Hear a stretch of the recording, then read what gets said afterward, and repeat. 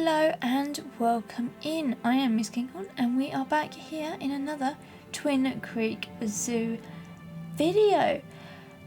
Now, this is our very last animal. It's not the last video, but it's the last animal that we are getting in here.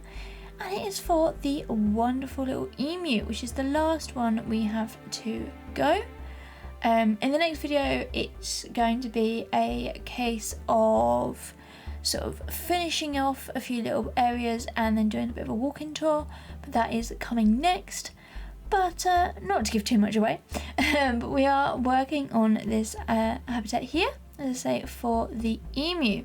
Now we're using the rocks that, well, not necessarily the rocks because they're not rocks, they are the stalactites that came with the Twilight pack. We're kind of using those as little sort of retaining walls, and just getting those in a few little areas. I was kind of having a look at what the kind of emus sort of do in sort of normal zoos, and they run around quite a bit, but I did want to kind of break up their habitat into there. So you can sort of see roughly where this is actually going to go into there. It's basically filling the gap from the wombat up to last video that we did, where obviously this little circular sort of raised area as well. But I cut out a lot of the rock work in here because it is quite a lot, and I then went in and kind of moved a few things and did a few other bits and pieces, so it was kind of quite repetitive, if I'm being honest. So I thought you wouldn't want to see that, so I thought we would cut that out. And I think we're going to do the same, quite a bit of this as I normally do. I'm showing you little snippets of what we do, but not the whole lot. So you can see here the fence is coming along, and slowly building all of this up into here as well, just so that it sort of comes along into there, and then I think, ta-da, we're done. Never mind, that probably took about half an hour of moving and shuffling. But here we're working on the small little hard shelters. You can see in here we have the common wombat on the other side, and now we have this coming in here. And it's a nice little hard shelter, kind of very much like what we have for the wombats, and obviously the platypus that sort of share one big sort of house. This has a standalone little shelter. It's a bit more square, well, it is square, into there. But I tried to do something a little bit different with it, but in the end we kind of go back to our original kind of square box that we started for, into there. So yeah, I was going to use a mix of kind of these like planked or stained wood wall pieces, and then the bridge parts that we're using in a lot of the other builds. But I didn't actually like it how it looked. You'll see it later on, which is why half of it is kind of left open. But we are working here. We've got the flooring in, and we've just kind of got these little animal sort of panels kind of going around the edge, so that if the animals do kind of rub up against it, scratch it, things like that, it won't get too damaged. And obviously this can easily be replaced, at least that's the kind of thinking behind it, into there. One also thing that does change is the door. I tried when we put in the actual barriers to get it into there, it doesn't work, so I've had to flip it round so the door is actually on the other side of there and not where it currently is, but you'll see that later on as well. And yeah, I still don't like why they triangle when you have two wall pieces going in together, but we'll fix that in literally right here. I was going to say, I'm sure we fixed it. But yeah, so that's going to go in here, and then obviously I wanted to get the bridge pieces in, but we didn't in the end get those through. Right. So it just ends up being all these stained wood pieces, but I do put a little bit of detail in, like you're going to see here. We have these wooden sort of beams that come through that look good on the outside and just give it a nice sort of colour difference as well. Halfway up, coming into there. And they do just poke through on the outside, so it's not too, like, it doesn't stick out too much into there. And ta-da, I have done them all the way around the edge. And now for these columns, which I could have used instead of the planks to kind of fill this area in, but I didn't think about that. And it's just come to me right this very second. Well, there you go. So yeah, we just go and place those around to there, and obviously they're all done. And this is where we end up placing the next pile of those across there, and some of these just along the bottom. Just kind of folded those down, and ta-da, there is the barrier all in, with the door is now facing the right direction and the right place into there, and all of this kind of covering over the floor as well is going to be got in. So just bringing that all the way down, and just to kind of neaten this area off so it all looks the same down there. We do also have that really low little fence into the wombat house as well, but that's fine into there. Right, so that is kind of the house done, but we are going to get the kind of windows, and we do cover this habitat gate because it doesn't look quite so pretty. So we use there's one of them in game, this one here, that you can kind of like conjoin together, and it kind of works. It doesn't look completely right. That is one of my biggest bugbears with the kind of doors in game, is they don't actually fit the doors. I mean, some of the larger ones do, but some of the like smaller doors, or like this barrier, they don't actually fit in, and you can actually see even with the barrier it doesn't fit the doorway wall piece that we have, so there's always going to be a slight little gap. But we place one over the top here. I do eventually get it in, but I'm lucky. I think we have to move some bits and pieces back just to kind of, yeah, cover all of that up into there, kind of do it in a different way in there. So we use an extra wood and piece just to fill that gap, and then going over these sections of wall just in there as well. There we go. And we also have the animals in, so a few little bits of bedding into here, just so that they've got a nice big sort of sleeping area, and change that over in there, nicely sorted, so plenty of room for them to sort of bed down in here.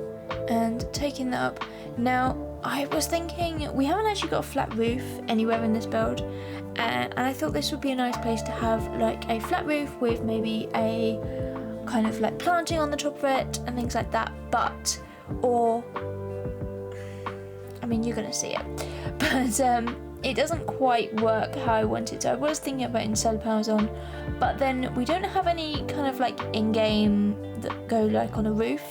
We have these ones where they have to go like this, but you can't get them in so far to path. You have to have path access to them, and that just wasn't going to happen in here. So we end up having to place a proper roof sort of structure in here, like all of the others. So we use the vertical wooden planks that we've got on a lot of this before.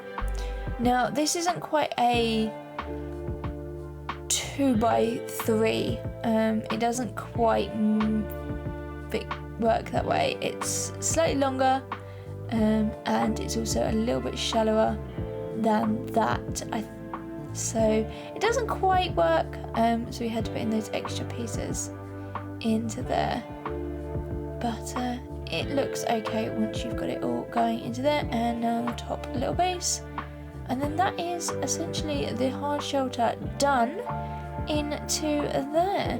So the animals are obviously all in, and the keepers have access as well, and just putting some lighting in the inside. Now I found these New World lights actually brighter than the ones I would normally use. These are the ones we actually used right at the very beginning when we were doing the dingo habitat, so they kind of light up on the outside of there because they are a lot brighter, and they just look a little bit nicer in there than others. But here is our animal facts of the video facts, to put it properly. So the emu is native to Australia, where it is the largest native bird and is found across mainland Australia. They are also the second largest non-flying bird, other than the ostrich. It says they are listed as being of least concern by the IUCN. The male does the incubation, during which he hardly eats or drinks and loses a large amount of weight. The eggs, which hatch after around 8 weeks, and the young are there cared for by their fathers. And as I said, they are the second tallest bird in there. Right then, I think this is going to be a good point to leave you. So what have you got coming up? You've got obviously the enrichment, you've got all of the planting, there is more rock work to be got in as well, and I will see you back just before the cinematic shots at the end. But for now, sit back and enjoy.